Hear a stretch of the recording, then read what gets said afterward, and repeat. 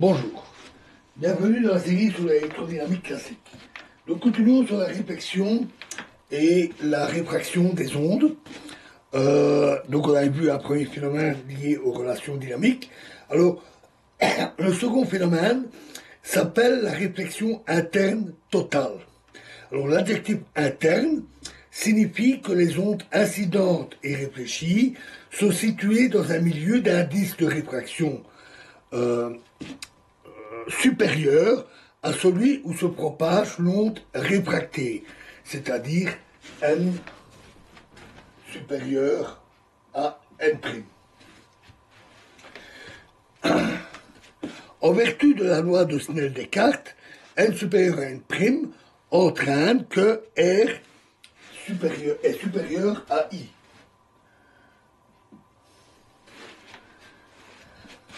Il s'ensuit que R est égal à I demi pour un certain angle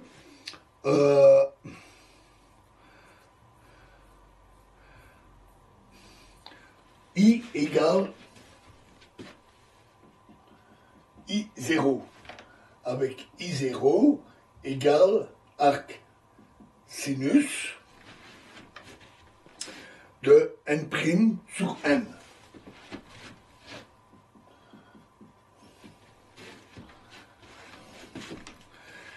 Si l'onde d'incidence, si l'angle d'incidence était I est égal à I0, l'onde réfractée est alors parallèle à l'interface.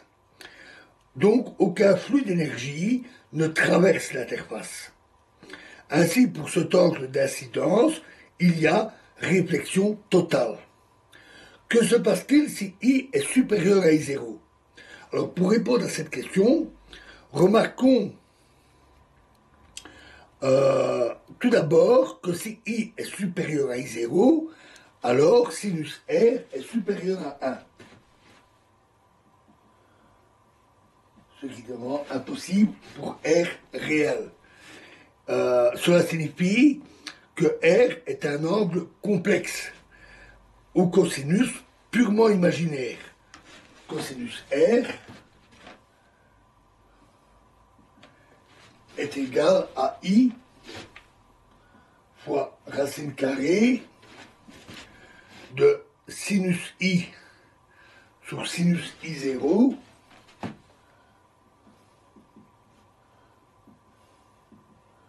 carré moins 1.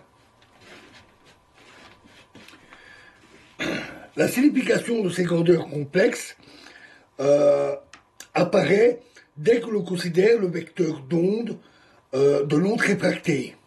On a E exposant I K' X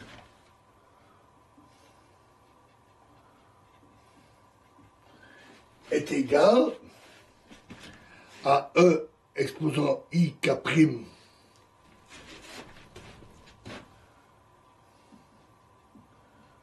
fois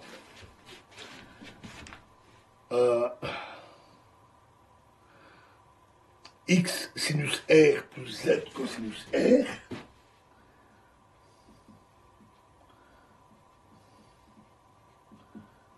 qui est égal à E exposant IK' fois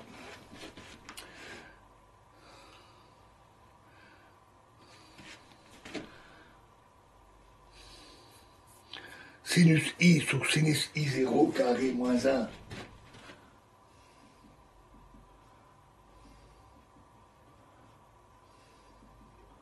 racine carrée fois E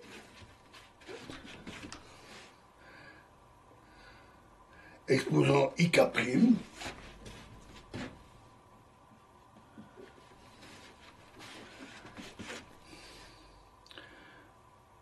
fois sinus I sur sinus I0.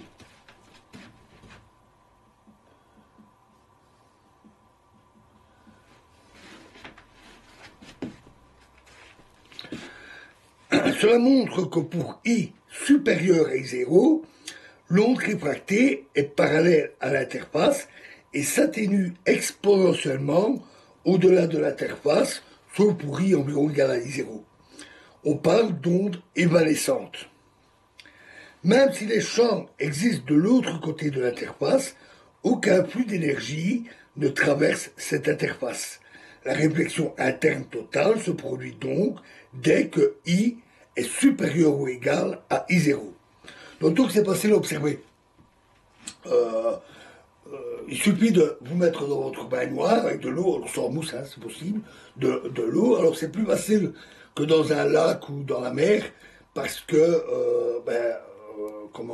dans la baignoire, vous avez pied, vous êtes même couché, et en plus l'eau est plus calme. Et bon, il faut ouvrir les yeux, donc il vaut mieux éviter l'eau salée. Vous vous mettez dans l'eau et vous relevez la tête de façon à avoir les yeux au ras de l'eau, avec une eau calme, donc sans bouger.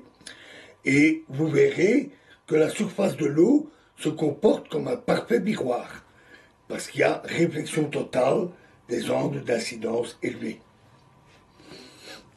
L'absence de flux d'énergie peut se vérifier en calculant la moyenne temporelle de la composante normale du vecteur de pointing, juste de l'autre côté de l'interface.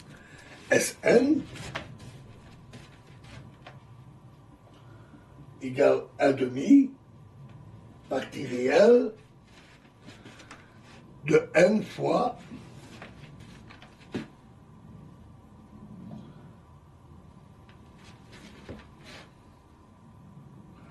E'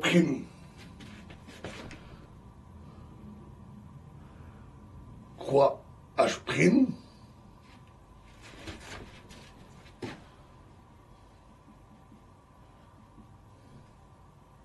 astérisque,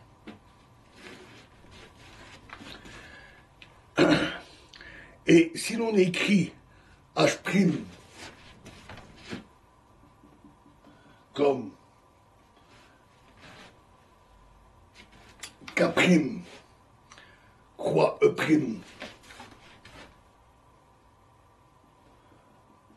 divisé par mu' oméga,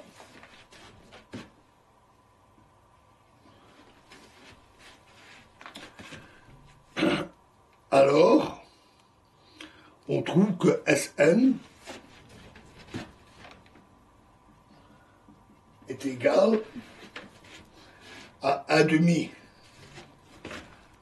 oméga mu'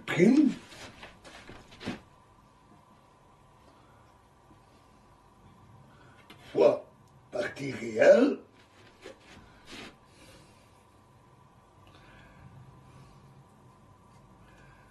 de nk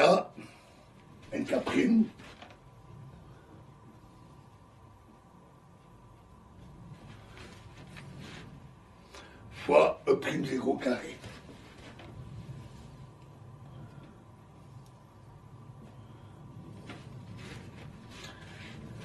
Mais nk' est égal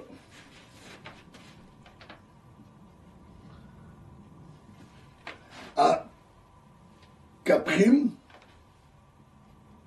fois cosinus R. Et comme cosinus R est purement imaginaire, la partie réelle est nulle, et donc il s'ensuit que Sn est égal à 0. Il n'y a pas de flux d'énergie. Une fois multiplié par n', la valeur purement imaginaire cosinus R est la grandeur appropriée pour remplacer la racine carrée qui apparaît dans les formules de Fresnel.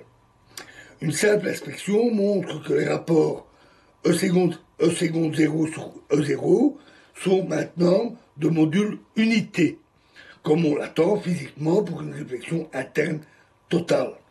Toutefois, l'onde réfléchie subit un changement de phase qui est différent pour les deux types d'incidence, inférieure et supérieure à I0,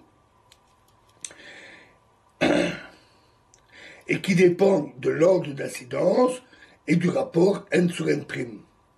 On peut mettre à profit ces changements de phase pour convertir par exemple un type de polarisation en un autre. Ainsi, le dispositif appelé rhombe de Fresnel permet de transformer une lumière linéairement polarisée qui présente des amplitudes égales parallèlement et perpendiculairement au plan d'incidence en une lumière circulairement polarisée en lui faisant subir deux réflexions internes totales successives, chacune présentant un changement de phase de 45 degrés. Voilà, et nous verrons la suite dans la prochaine vidéo. Je vous remercie.